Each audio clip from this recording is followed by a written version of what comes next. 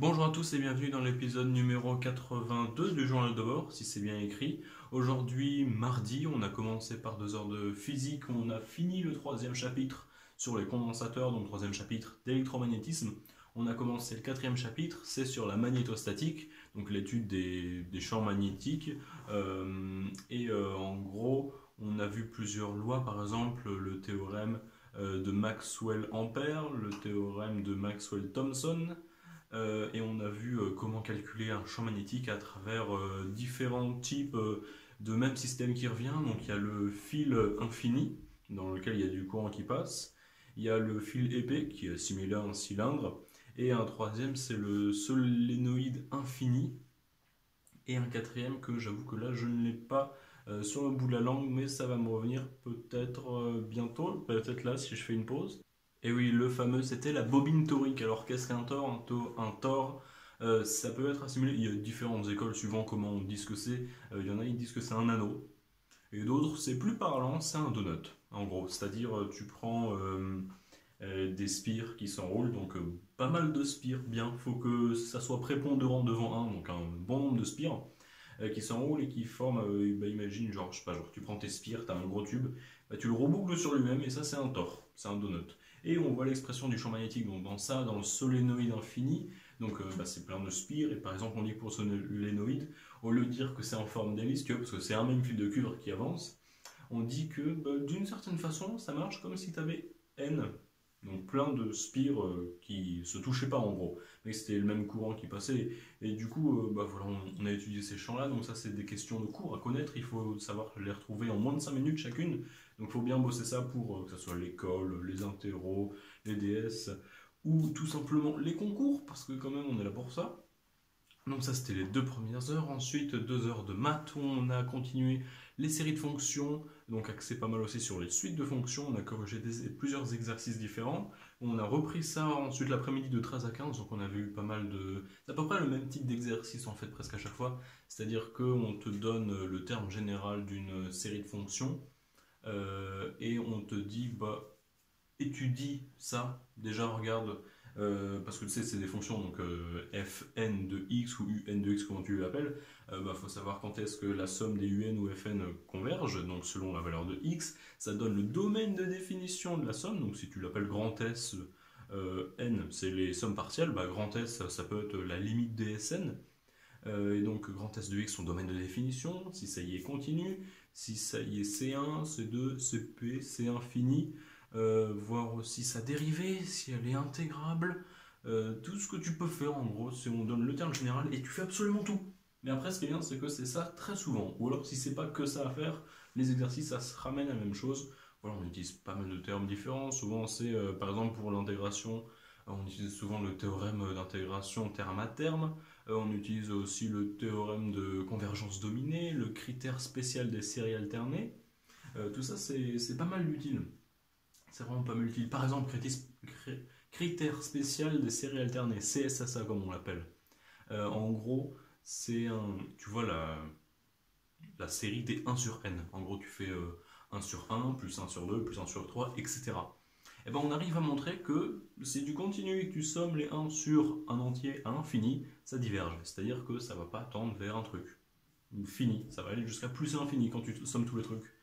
Alors, pareil, petite ellipse, au contraire, la somme des inverses des carrés, donc 1 sur 1 au carré, plus 1 sur 2 au carré, plus 1 sur 3 au carré, etc., etc., ça va tendre sur pi carré sur 6. Voilà, c'est une petite anecdote si vous ne saviez pas. Je pense que ceux qui sont en prépa le savent déjà, ou alors il faudrait le savoir parce que c'est pas mal utile.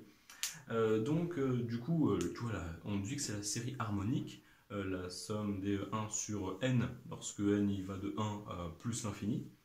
Et en fait, quand tu mets un petit signe moins 1 sur n sur chaque terme, c'est-à-dire tu fais 1, moins 1 demi, plus 1 tiers, moins 1 quart, etc., bah, un truc qui tendait à l'infini, tu changes le signe sur 1 sur 2 et tu arrives à prouver que ça tend pas du tout vers la même chose. Je crois bien que ça tend vers ln de 2, si mes souvenirs sont bons.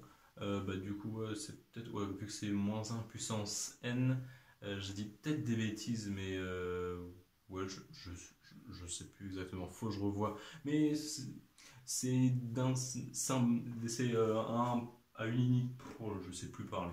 C'est un signe mieux près, donc c'est vraiment, soit c'est du moins un puissance n ou du moins un puissance n moins 1, c'est juste ça l'erreur que j'ai, mais il faut que je vois. Et du coup, ce critère spécial des séries alternées, c'est-à-dire que voilà, le terme général de ta série, si tu arrives qu'à montrer, suivant le corps sur lequel tu travailles, si c'est en module ou en valeur absolue, il décroît. Si le signe est bien alterné, si à un moment ça change pas, genre je sais pas, genre c'est bien un négatif, un positif, et que tu n'en as pas de positif ou de négatif dessus, si tu vois bien que ça alterne, et ben tu arrives à montrer que en gros, je sais pas, suivant le signe du premier terme, c'était positif.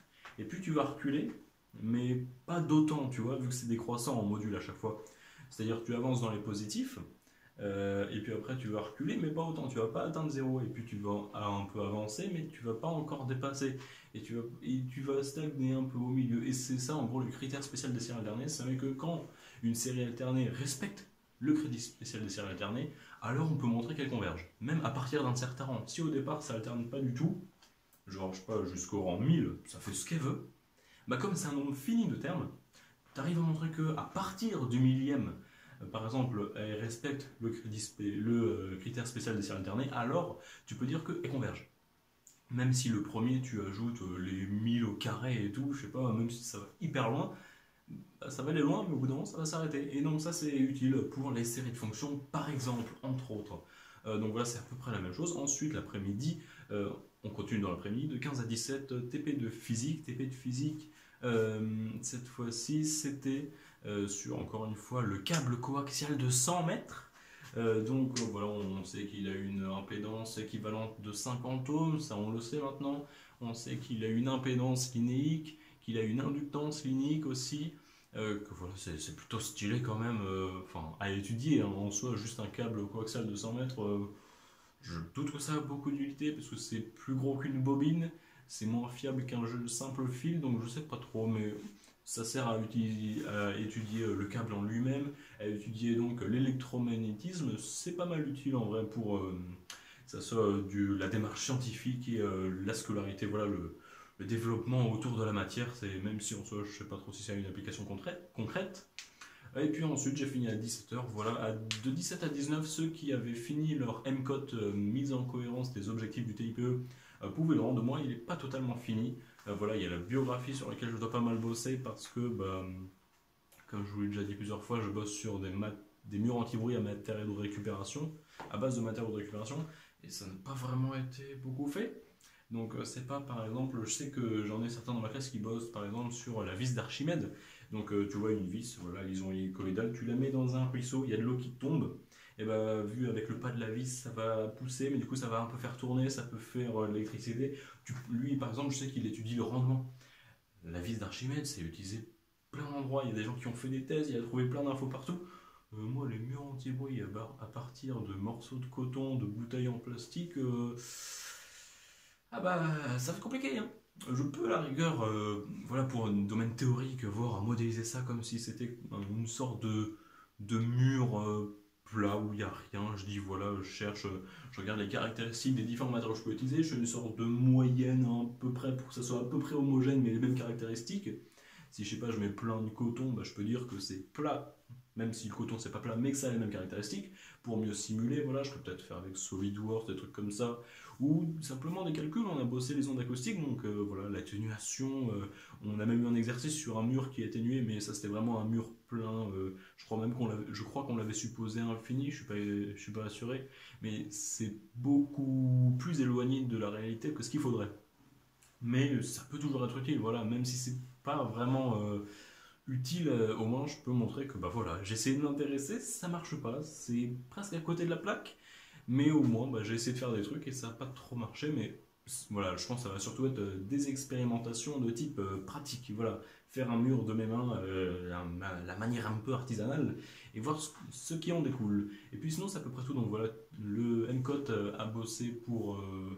bah, je pense que je vais pas mal m'y mettre ce week-end, parce que la semaine est pas mal prise. Demain, j'ai la colle concours dont je vous avais parlé hier, donc ce soir, je vais bosser en priorité les maths pour être sûr de connaître tous les je sais faire. Typiquement, le lemme de Césaro, entre autres, c'est un des exemples que j'ai sous la main là directement. Voilà, comment est-ce que les séries de Bertrand Je vous en parlerai peut-être demain parce que sinon ça risque de faire long si j'explique tout à chaque fois. Les séries de Bertrand, comment est-ce qu'on arrive à montrer que ça converge, etc. etc. Donc quelques trucs à revoir, même si c'est plutôt frais. Et puis surtout, voilà, je vais utiliser mon tableau pour, voilà, quand je vois une démonstration, ce que je fais, je vous invite à faire si vous avez un tableau ou juste faites sur une feuille.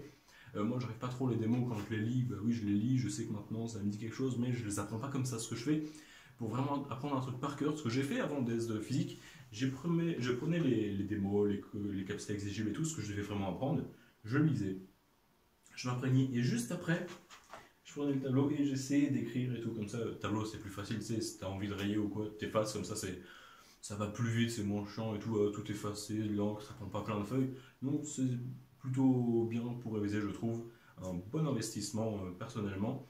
Et puis voilà, sinon donc, ce soir en priorité les maths, et si j'ai fini en avance, on sait jamais, bosser à fond l'électrochimie, parce que ça va être utile, même si demain j'ai déjà une grosse après-midi pour réviser l'électrochimie, étant donné que de 15h euh, à partir de 15h en fait j'ai fini, donc j'aurai une grosse après-midi pour bosser à fond l'électrochimie, et en plus le fait de réviser les maths ce soir, je peux davantage en plus réviser parce que ça va être utile pour le test de vendredi. Sur ce, je m'attarde pas plus. Sur ce, je vous dis à la prochaine, à plus.